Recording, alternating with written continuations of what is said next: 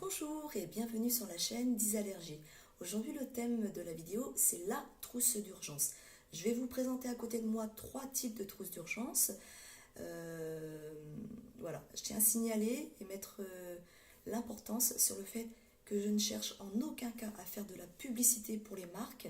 C'est pour ça que vous verrez sur les présentations des post-it qui cachent justement certaines informations personnelles et en même temps de marque.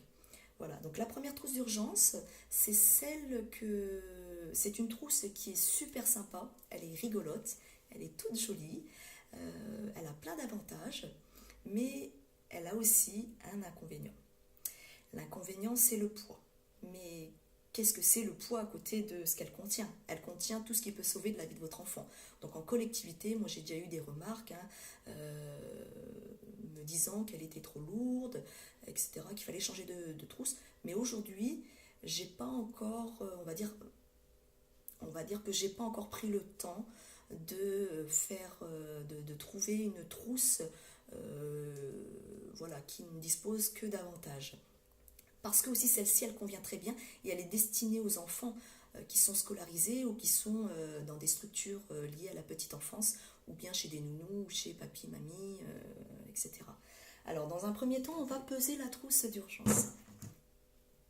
Cette fameuse trousse d'urgence, lorsqu'elle est composée de tous les médicaments. C'est pour ça que je tiens à le faire parce que pour ma part, je trouve que cette trousse-là, elle est très intéressante, mais elle est lourde, comme je l'ai dit. Alors, en grammage, avec tout ce qu'elle comporte à l'intérieur,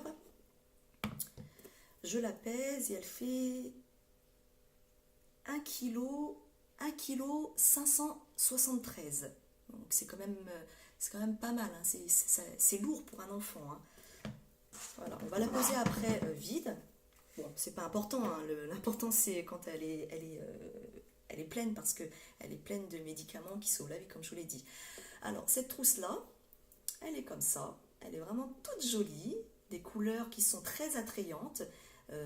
Voilà, d'où l'importance d'opter pour ce type de trousse lorsque votre enfant est en milieu scolaire parce que parmi les 20 à 30 enfants qui sont dans cette classe-là, s'il y a une urgence, eh bien on sait que cette trousse-là, on sait déjà où elle se trouve, mais en plus elle est très visible de loin comme de près, de par ses jolies couleurs. Elle est mixte, hein.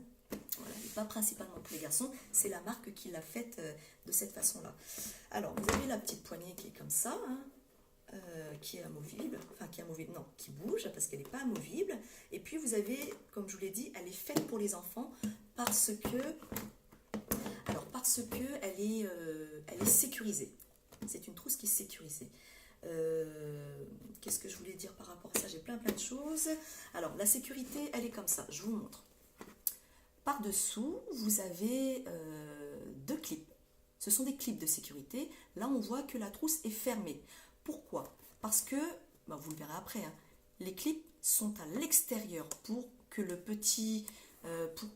plastique, en fait, renforcé, sorte dans ces trous-là. Voilà. Et puis, on peut le voir aussi parce que vous avez un écart là. Là, je la déclipse. Hop.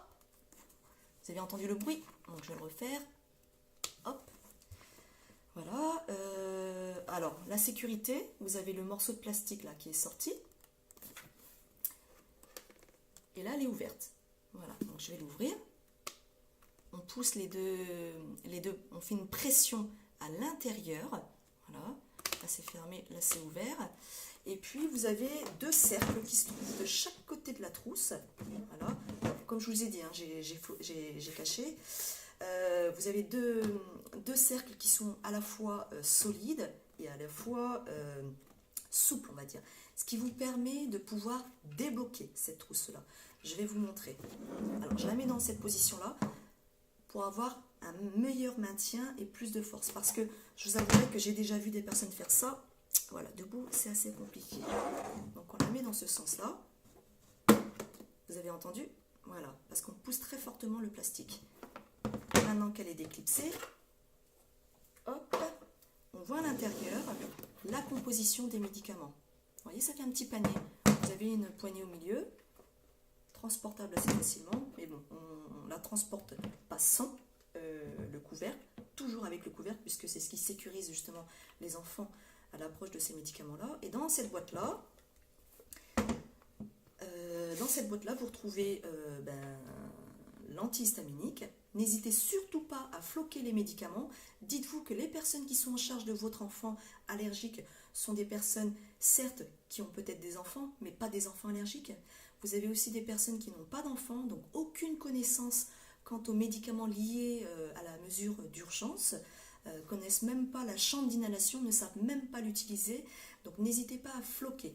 Je tiens à préciser encore une fois que c'est une trousse maison qui est accessible uniquement au papa et à moi, donc on connaît parfaitement les médicaments, c'est pour ça que j'ai pas fait de flocage. J'en ai fait un petit peu pour vous montrer, mais vous n'hésitez surtout pas pour la trousse d'urgence de l'école à floquer. Parce que quand on ouvre la trousse, qu'est-ce qu'on voit? On voit des médicaments. Mais quel est ce médicament-là? Celui-ci, celui-ci ou celui-ci? Et encore ça. Hein, donc du coup, j'ai utilisé du flocage en orange, comme ça. Vous pouvez prendre quelque chose, voilà. J'ai estimé que c'était assez flash et que ça interpellait beaucoup. Du coup, celle de l'école, eh bien, j'ai mis ici le nom du médicament. Pareil pour ici. Enfin, là, c'est l'antihistaminique. Donc, j'ai mis le nom du médicament pour la corticoïde. Idem. Pour le bronchodilatateur, c'est pas nécessaire puisque sur le dessus de la boîte, c'est très visible. Voilà, excusez-moi, je mets la main parce que c'est pour cacher la marque, même si j'espère que vous ne l'avez pas vu, parce que je cherche en aucun cas à faire de la publicité. Et puis vous avez les auto-injecteurs. Alors pour nous, les auto-injecteurs, ils sont hors de leur emballage d'origine, simplement parce que c'est pour des raisons de poids. Voilà, pour notre enfant qui porte son sac d'urgence à chaque fois qu'on sort de la maison, en dehors de l'école et du centre de loisirs, je les ai retirés. Alors maintenant, j'ai retiré les deux auto-injecteurs. J'ai la boîte de le bronchodilatateur. Bon, ce qui est bien, comme je vous l'ai dit, je ne sais plus, mais elle a deux compartiments. Et puis à l'intérieur, moi je vais la vider pour vous montrer. Hein. La corticoïde. Alors pour la corticoïde, petite astuce, qui est une astuce très astucieuse, parce que si vous êtes concerné par les 300 gouttes de corticoïde, sachez que 300 gouttes est l'équivalent d'une cuillère et demie à café. Faites comme moi, mettez une cuillère dans la boîte de votre de la corticoïde, hein, de cette manière-là. Vous voyez, moi je l'ai mis comme ça. Je l'ai mis comme ça. Je l'ai rangé là, dans l'ouverture, voilà, elle est clipsée. Et puis, pour des mesures d'hygiène, simplement, je l'ai emballé d'un film cellophane. C'est facultatif, mais c'est toujours bien. Ensuite, on a l'antihistaminique, le flocage. Voilà, de cette manière-là. Moi, je l'ai fait comme ça, juste pour vous montrer. Autrement, à l'école, il y a ce flocage-là, plus celui que l'on retrouve juste au-dessus. Et vous avez bien entendu la chambre d'inhalation.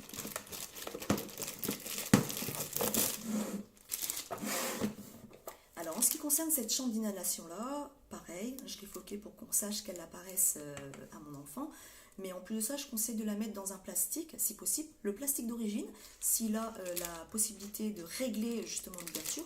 Ou vous prenez simplement un sac de congélation, c'est très très bien. Hein. Au moins, c'est vraiment juste pour des mesures d'hygiène. Après, vous faites comme vous voulez, mais étant donné il y a quand même le système qui va à la bouche de l'enfant, voilà, celui-ci, c'est toujours mieux qu'il soit gardé au propre. Alors ensuite on passe justement à le milieu de cette trousse d'urgence, parce que comme je vous l'ai dit, à l'intérieur, vous les voyez, les rainures, vous avez des compartiments que vous utilisez ou non, parce qu'ils sont très bien faits, ils ne remontent pas jusqu'à cette hauteur-là, ils sont vraiment très très fins, là, parce que vous les utilisez en fonction de la taille des boîtes, vous tenez compte des compartiments ou non. Et puis au milieu, vous avez la possibilité de mettre justement, ce qui est important, c'est la paperasse. Et dans cette paperasse-là, que je conseille de mettre sous plastique, hein, vous avez des pochettes de plastique dans vos classeurs, et bien vous prenez ça. C'est très bien parce que avec l'ensemble des médicaments qui sont disposés dans cette trousse d'urgence-là, lorsque vous faites le retrait de tous les papiers, ben, ça peut se déchirer. Voilà, et puis voilà, avec l'angoisse, le stress, etc., des personnes qui vont utiliser cette trousse-là, peut se déchirer, ça peut... Voilà. Alors du coup, on met principalement ce qui est urgent. Et ce qui est urgent pour ma part, c'est la façon dont on sauve l'enfant. J'ai mis le premier protocole, c'est celui des réactions graves. Bien entendu, comme je l'avais dit dans une des vidéos, ce sont des affiches que j'ai moi-même créées. Voilà. Vous voyez, ça c'est le recto. Bon, j'ai fait des flèches pour montrer qu'on pouvait passer au verso. Et toujours, ce qui est important, hein, bon, j'ai mis ce qui est important en deuxième temps, hein, parce que la première chose, c'est de sauver votre enfant. Vous avez le recensement des réactions. Le recensement des réactions graves, ce qu'il faut faire. Donc ce qu'il faut faire en premier temps, c'est sauver votre enfant et puis appeler les secours. Et pour rappel, j'ai mis un petit post-it, un petit rectangle dans lequel j'ai rappelé les numéros de téléphone des parents. Voilà, on trouve aussi le protocole du spécialiste. Je ne vais pas m'arrêter sur ça. Bon, après, voilà, j'ai mis des choses qui permettent... Je les ai mises pour... ces choses-là, je les ai mises pour me donner bonne conscience. Mais à vrai dire, j'ai trouvé beaucoup plus simple. Hein, plutôt que de se référer à ce protocole-là, vous voyez, il y a trop de blabla, c'est trop petit, ça ne parle pas. En termes d'urgence, ça ne parle pas. Parce que quand on parle d'urgence, il faut tant agir dans l'urgence, mais il faut savoir comment agir. Et comment on agit? On agit avec des choses très très simples qui peuvent nous aider très rapidement. Parce que souvenez-vous, le temps est compté pour votre enfant. Bon, moi j'ai mis l'ordonnance à l'intérieur et puis j'ai mis aussi, comme je vous l'ai dit, c'est vraiment pour me donner bonne conscience parce que je ne pense pas que l'édition, enfin un exemplaire du PAI dans la trousse d'urgence va changer quoi que ce soit quant à l'aide, enfin quant au sauvetage que vous allez apporter à l'enfant. J'ai mis le protocole, hein, le protocole de mon enfant qui est disposé, enfin qui se présente sur 3 pages. Voilà, et puis après des informations qui sont liées aux allergènes de mon enfant. Et puis voilà, pour terminer, j'ai mis aussi une plaquette. C'est la plaquette que j'ai créée qui a nécessité énormément de versions. Donc c'est pas la définitive encore. Voilà, je vous parle juste pas la définitive en termes de présentation et en termes de logo. Autrement, le contenu, c'est le même. J'ai rajouté aussi juste en bas de la nouvelle version les différents logos des réseaux sociaux sur lesquels vous pouvez me retrouver. Que je nommerai également en bas de cette vidéo. Et puis, alors juste pour le fun, comme je l'avais dit, on va peser la trousse du laboratoire sans médicaments. Alors comme je vous ai expliqué, on la bloque. Hop. Et hop. Et donc, nue, vous savez combien elle pèse? Elle pèse 26,5 grammes. Tout à l'heure, je vous ai dit qu'avec les médicaments, c'était, il me semble, 1,573 kg. C'est énorme, hein? Voilà, c'est énorme, mais c'est rien par rapport à tout ce qu'elle apporte. Alors, autre trousse, une petite trousse que j'ai trouvée sympa, mais ça, c'est vraiment en termes de quotidien à la maison, pas du tout à conseiller en milieu scolaire, en milieu voilà, en collectivité, parce que elle attire pas l'œil. Pour moi, c'est pas une trousse d'urgence, c'est une trousse de secours, on va dire. Secours, faites bien la distinction entre trousse de secours et trousse d'urgence. Elle est juste pratique. Bon, déjà, elle n'a pas de poignée. Elle est toute petite, sympa, la taille un peu d'une trousse de toilette en fait, plus petite qu'une trousse de toilette. Voilà. Elle a une ouverture centrale.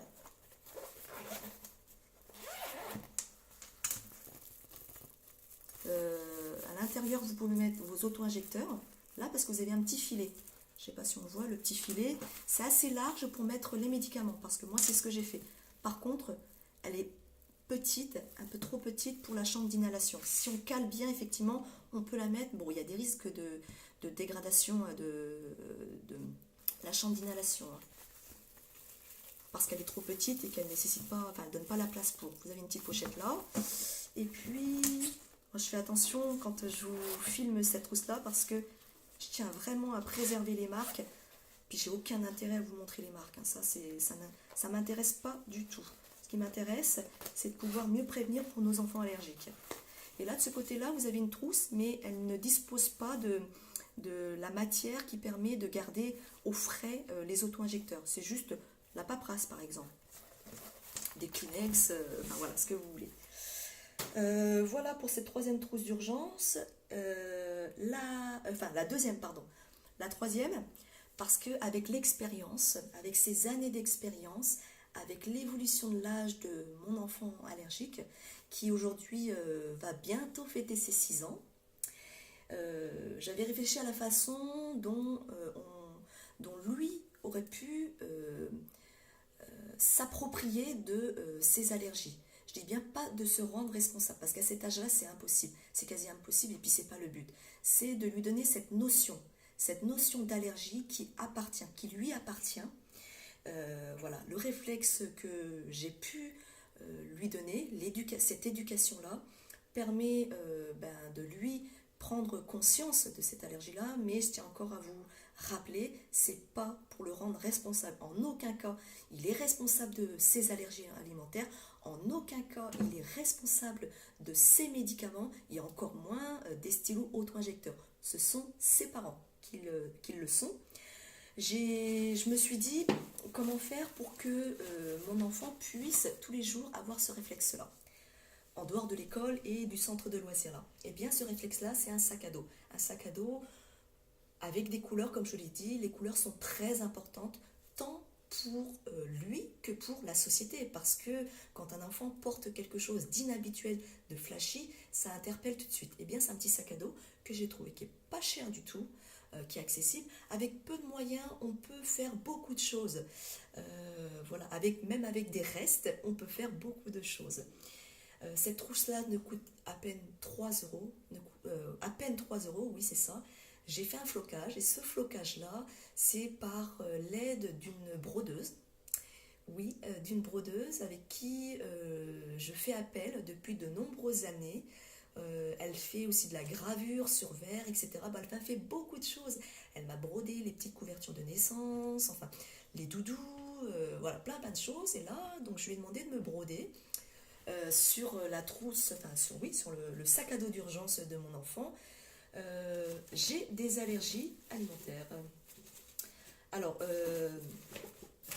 voilà, sur cette trousse d'urgence-là, on va faire comme ça. Bon, vous allez la reconnaître certainement, mais au moins je me préserve des marques. Hein. C'est la toute petite trousse, je ne sais pas si on arrive à bien voir. J'ai des allergies alimentaires.